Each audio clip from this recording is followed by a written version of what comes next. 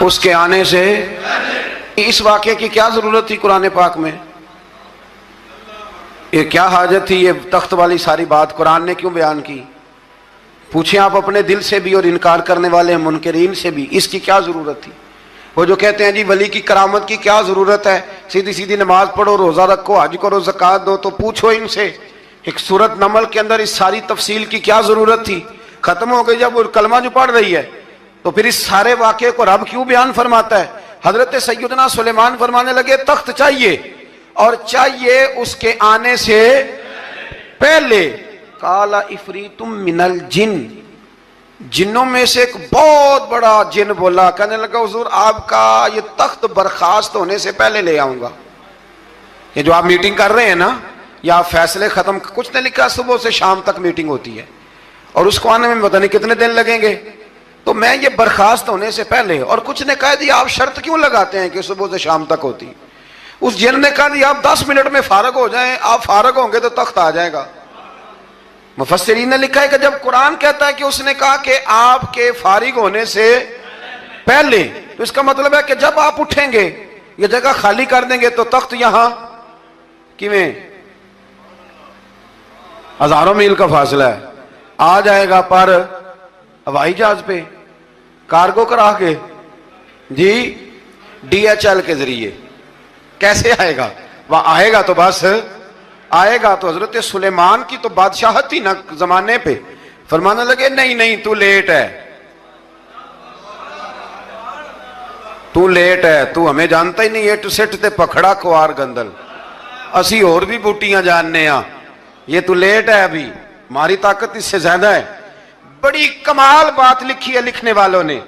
ایک مفسر نے لکھا ہے کہ ابھی حضرت سلیمان نے غلاموں سے منگوایا ہے، اپنی بات کوئی نہیں کی، یہ حال ہے ان کے غلاموں کا، تو سردار کا عالم کیا ہوگا؟ حضرت سلیمان کہنے لگے بھی جلدی جائیے۔ قال الذی عنده علم من الکتاب انا آتیک بہ قبل ان یرتد الیک طرفک، تو اٹھا ان میں سے وہ جس کے پاس کتاب میں سے علم تھا، ساری کتاب کا بھی نہیں، علم من الکتاب، کتاب، وہ اٹھے جن کے پاس کتاب میں سے علم تھا، تو وہ اٹھ کے کہنے لگے حضور میں لے آؤں گا، کب؟ آپ کے آنکھ جھپکنے سے، نہیں آنکھ جھپکنے سے، بندہ تھا جن تھا؟ جن کی تو بات مانی نہیں انہوں نے، کیا کہا؟ آنکھ جھپکنے سے، میں آنکھ جھپکنے سے پہلے لے آؤں گا۔ تو حضرت سلیمان کہنے لگے تو ٹھیک ہے چل لا، پھر آنکھ جھپکنے سے پھر وہ تخت آ گیا۔ تو حضرت سلیمان سے پوچھا یہ کیا ہے؟ قال ھذا من فضل ربی، فرمانے لگے کچھ بھی نہیں۔ حضرت سلیمان کہنے لگے یہ میرے رب کا فضل ہے۔ شاید سب مفسرین نے بڑی بڑی باتیں کی ہوں، پر یہاں ایک قاضی ثناء اللہ پانی پتی رحمت اللہ علیہ کا فقرہ میں پڑھ رہا تھا، بڑا مزہ آ رہا تھا۔ قاضی صاحب فرمانے لگے اس آیت پہ، قاضی صاحب کہتے ہیں جن پر نرا فضل تھا، ھذا من فضل ربی، نرا فضل، فرمایا ان کی تو اتنی طاقت ہے کہ وہ ہزاروں میل دور سے 80 گز لمبا 80 گز چوڑا تخت آنکھ جھپکنے سے پہلے لے آتے ہیں، اور جن کے بارے میں اللہ فرماتے ہیں وَبَشِّرِ الْمُؤْمِنِينَ بِأَنَّ لَهُم مِّنَ اللَّهِ فَضْلًا كَبِيرًا، فرمایا محبوب اپنے غلاموں کو خوشخبری دے دیں، باقیوں پہ نرا فضل تھا، ان پر تو فضل کبیر ہے، ان پر تو بڑا ہی فضل ہے اللہ کا۔ حضرت سلیمان علیہ السلام گزر رہے تھے تو ایک مقام سے آپ گزرے جہاں چیونٹیاں بڑی کثرت کے ساتھ تھی، تو ایک چیونٹی جو ان چیونٹیوں کی سردار تھی، ان چیونٹیوں کی بڑی تھی، اور مفسرین کرام نے یہ بھی لکھا ہے کہ وہ تھی بھی ایک آنکھ اس کی کوئی نہیں تھی، ایک ٹانگ اس کی کوئی نہیں تھی، لیکن اس حال میں بھی وہ چیونٹی جو تھی وہ چیونٹیوں کی قیادت کر رہی تھی۔ تو حضرت سیدنا سلیمان علیہ السلام کا لشکر جب وہاں سے گزرا تو وہ کہنے لگی یا ایھا النمل ادخلوا مساکنکم، کہنے لگی چیونٹیوں اپنے بلوں میں گھس جاؤ، کہیں ایسا نہ ہو کہ سلیمان علیہ السلام کا لشکر بے دہانی میں، سلیمان کا لشکر توجہ نہ کرے اور تمہیں پاؤں کے نیچے مسل دے، لہذا اس طرح کرو کہ تم اپنے اپنے بلوں میں گھس جاؤ. حضرت سلیمان ابھی 3 میل دور تھے. تمام مفسرین نے لکھا ہے 3 میل دور تھے, تو وہاں سے چونٹی بولی تو قرآن کہتا ہے کہ حضرت سلیمان اس کی بات سن کے ہنس پڑے. فتبسم ضاحکا, آپ اس کی بات سن کے ہنس پڑے کہ دیکھو یہ چونٹی کیا کہہ رہی ہے. ذرا غور کرنا بات پر کہ حضرت سلیمان 3 میل دور فاصلے پر چونٹی کی بات بھی سن لیتے. مولوی نے قرآن کی آیت پکی یاد کر لیا, انا بشر مثلکم. کہتا ہے حضور نے کہا میں تمہاری طرح کا بشر ہوں. نبی ہماری طرح ہوتے ہیں جی. تو وہ تو 3 میل دور چونٹی کی آواز سن لیتے تھے. اس کے کان میں چونٹی رکھو بلا, اسے کہو کہ بتا بلا کیا کہتی ہے. کچھ بتائے گا پھر دوڑ لگا دے گا شاید. کان میں رکھو اس کو, کہو بتا چونٹی کیا کہتی. اور اگر یہ لفظ نہ ہوتے قرآن کے کہ جب انہوں نے سنا تو ہنس پڑے, یہ جملے نہ ہوتے تو شاید اس کو بھی نہ مانتے. لیکن حضرت سلیمان نے سنی چونٹی کی بات. اور اب اگلی بات کہنے لگا ہوں, بڑے خوبصورت لفظ لکھے ہیں مفسرین نے. فرماتے ہیں دیکھو ایک چونٹی نے ایک جملہ بول کے, ایک چونٹی نے ایک جملہ بول کے اپنے قبیلے کی خیر خواہی کی تو رب نے اس کا جملہ بھی قرآن میں بیان فرما دیا. تو جو ساری زندگی لوگوں کو جملے بول بول کے کہے رب رسول کی طرف آ جاؤ, تو اللہ قیامت میں اس کی بات کو قائم نہیں فرمائے گا. جو بھی کسی کی خیر خواہی کرے وہ ایک جملہ بول کے کرے اور ہو بھی چونٹی. تو اگر اللہ اس کا ذکر قرآن میں باقی رکھتا ہے تو میں اور آپ اگر کسی کی خیر خواہی کریں گے تو انشاءاللہ ذکر باقی رہے گا. شرط یہ ہے کہ کریں خیر خواہی. خیر خواہی کرو کسی کی, ایک جملہ بول کے بھی کرو, چونٹی بھی ہو تو اللہ قرآن میں ذکر باقی فرما دیتا ہے. تو اللہ تبارک و تعالیٰ نے اس بات کا ذکر قرآن مجید میں فرمایا. اس پر کئی کچھ لکھا ہے. اسی طرح سے ایک بات اور لکھی ہے ہمارے مفسرین نے کہ حضرت سلیمان ایک دن اسی طرح نکلے, قحط پڑ گیا تھا, بارش نہیں ہوتی تھی, تو حضرت سلیمان باہر میدان میں نکلے دعا کرنے کے لیے, خشک سالی تھی. تو جب آپ گئے تو ایک چونٹی اپنے پر پھیلا کے دعا مانگ رہی تھی. تو رب کریم نے فرمایا سلیمان آپ واپس چلے جائیں, بارش آ جائے گی پر آئے گی چونٹی کی دعا پہ. تو حضرت سلیمان نے عرض کی مولا میں بھی تو اتنا لشکر لے کے آیا ہوں نا, تو چلو ہمیں بھی دعا کر لینے دے, تو چونٹی کی دعا پہ برسا دینا پر دعا کر لینے دے. فرمایا نہیں آپ واپس جائیں, دعا نہ مانگیں. یا اللہ کیوں؟ فرمایا چونٹی کا دل ٹوٹ جائے گا, وہ تو کہے گی کہ یہ سلیمان کی لشکر دعا پہ پھر بارش آئی ہے.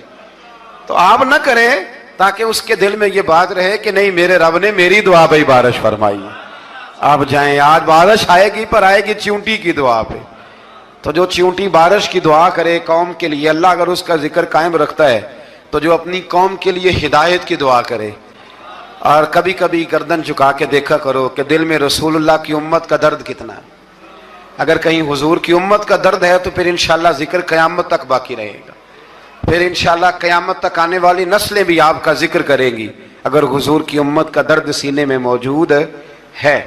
حضرت غوث اعظم یوں کر کے شاگردوں کو مریدوں کو سبق پڑھا رہے تھے, پڑھاتے پڑھاتے ہاتھ آگے کیا اور جب ہاتھ واپس آیا تو بھیگ گیا تھا سارا. تو شاگرد کہنے لگے حضور یہ کیا ہے؟ فرمایا تمہیں نہیں سمجھ آئے گی, چھوڑو تمہارے والی بات نہیں. خاصاں دی گل آما آگے نہیں مناسب کرنی, رہنے دو تم. کچھ وقت گزرا تو کچھ لوگ آ گئے, ابھی کلاس ختم نہیں ہوئی تھی, کپڑے بھیگے ہوئے ہو. وہ شاگرد پہلے ہی منتظر تھے, کہا تمہیں کیا ہوا؟ کہنے لگے دریا میں جا رہے تھے, اچانک ہچکولیں آنے لگے.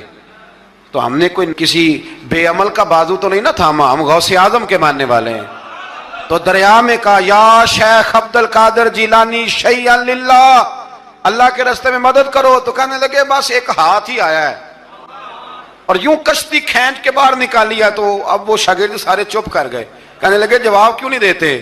انہوں نے کہا تم نے ہاتھ دیکھا ہے پہنچتا ہوا, اور ہم نے ہاتھ دیکھا ہے یہاں سے جاتا ہوا. تم نے پہنچتا ہوا دیکھا ہے تو ہم نے. حضرت بہاؤالحق نقشبند بخاری, ان کی ایک مریدنی تھی, اوپر چبارے پہ کسی نے اس کی عزت پہ ہاتھ ڈالا, چبارے پہ اوپر والی منزل پہ. اس مریدنی نے اپنی عزت بچانے کے لیے چھلانگ لگا دی. جب وہ نیچے گر رہی تھی تو حضرت بہاؤالحق نقشبند بخاری پہنچ گئے. نیچے کوئی ایسا بندوبست کر دیا, کوئی چارپائی بچھا دی, کوئی ایسا جس پہ وہ آ کے آرام سے گری اور بچ گئی. حضرت صاحب کی طرف دیکھ کے کہنے لگی حضور آپ کب آئے؟ فرمانے لگے پتر جب تو چبارے سے چلی تھی تب میں بخارے سے چلا تھا. جب تو چبارے سے چلی تھی نا تب میں بخارے سے چلا تھا. اور تیرے نیچے آنے تک میں بھی پہنچ گیا ہوں. میں بھی مالی دا کم راکھی کرنا, پھل کچے ہون یا پکے, اے پیر مریداں دے سر تے ہی رہندا ہے. اے جھوٹے ہون یا سچے, یہ پکی غلامی کریں یا کچی کریں, پیر کی بھی مجبوری ہوتی ہے. کیا کریں, پیر مریداں دے سر تے ہی رہندا ہے. اے جھوٹے ہون یا سچے, کیا کیا جا سکتا ہے. لیکن نا نافرمان بیٹے کا بھی تو جائیداد میں حصہ ہوتا ہے نا. نافرمان بھی ہو تو جائیداد میں حصہ تو, چلو باپ ناراض رہے گا تو اللہ ناراض رہے گا, بات الگ ہے, پر جائیداد کا حقدار تو ہے نا, چاہے نافرمان ہی ہے. پیر مریداں دے سر تے ہی رہندا ہے. اے جھوٹے ہون یا ایک نہیں, اس پر میں بڑے دلائل دے سکتا ہوں. کرامات اولیاء پر میں بڑے ہی دلائل دے سکتا ہوں, بڑے. غوث اعظم رضی اللہ تعالیٰ عنہ کے پاس بادشاہ آیا تو کہنے لگا پیر تب مانوں گا جب سیب کھلائیں گے. سیب کا موسم ہی نہیں تھا. تو حضرت صاحب آتے ہی اسے کہنے لگے اب تو میری ولایت کو سیبوں پہ تو نہ تول, اب سیب کھلائے تو ولی یا نہ کھلائے تو ولی کوئی نہیں, یہ تو اب میری ولایت کو سیبوں پہ تو نہ تول. تو حضرت صاحب نے یوں ہاتھ اٹھایا تو اللہ نے 2 سیب عطا فرمائے. تو وہاں جملہ ہے حضور غوث اعظم کا, فرمانے لگے اگر اللہ حضرت مریم سلام اللہ جو بنی اسرائیل کی ولیہ ہیں, ولی ہے نا, وہ نبی تو نہیں نا, عورت نبی نہیں ہو سکتی. فرمایا اگر اللہ انہیں بغیر موسم کے پھل دے سکتا ہے, میں تو محمد عربی کا نوکر ہوں. فرمایا اب نہ 2 سیب آئے تھے, تو وہ کہنے لگا میرے تو دل میں 1 سیب تھا نا, تو حضور غوث اعظم نے نا 1 سیب مجھے دیا, 1 میں نے کھایا تو 1 غوث پاک کھانے لگے. کہتے ہیں میں نے وہ منہ میں رکھا, ذرا ترش تھا, تو میرے چہرے کا وہ رنگ دیکھ کے نا, اثر دیکھ کے کہ تلخی محسوس, تو غوث اعظم کہنے لگے میرے والا کھا.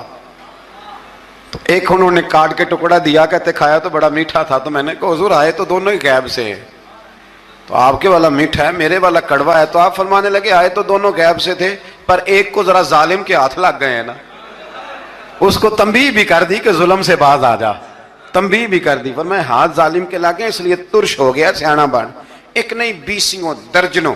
لیکن پتہ نہیں کیوں لوگ اڑ گئے, پتہ نہیں کیوں کڑ کے آ گئے کرامت اولیاء کے معاملے میں. بالکل ابھی کسی حدیث میں یہ نہیں آیا کہ اس زمانے میں ولی ہوں گے تو اس زمانے میں ولی نہیں ہوں گے. حضور نے فرمایا میری امت کبھی گمراہی پر جمع نہیں ہوگی. اقبال کہتے ہیں اولیاء کیا ہوتے ہیں, اولیاء کیا ہیں, جواسیس القلوب. اقبال کہتا ہے ولی کا بہت بڑا ولی تم نے دیکھنا ہو تو اسے دیکھو جو تیرے دل کا جاسوس ہے. چلو یہ مشکل بات ہے, میں نہیں چھیڑتا, لیکن جو تیرے وہ جاسوسی کرتا ہے, پر کرتا ہے تیرے دل کی, وہ تیرے دل کا جاسوس ہوتا ہے.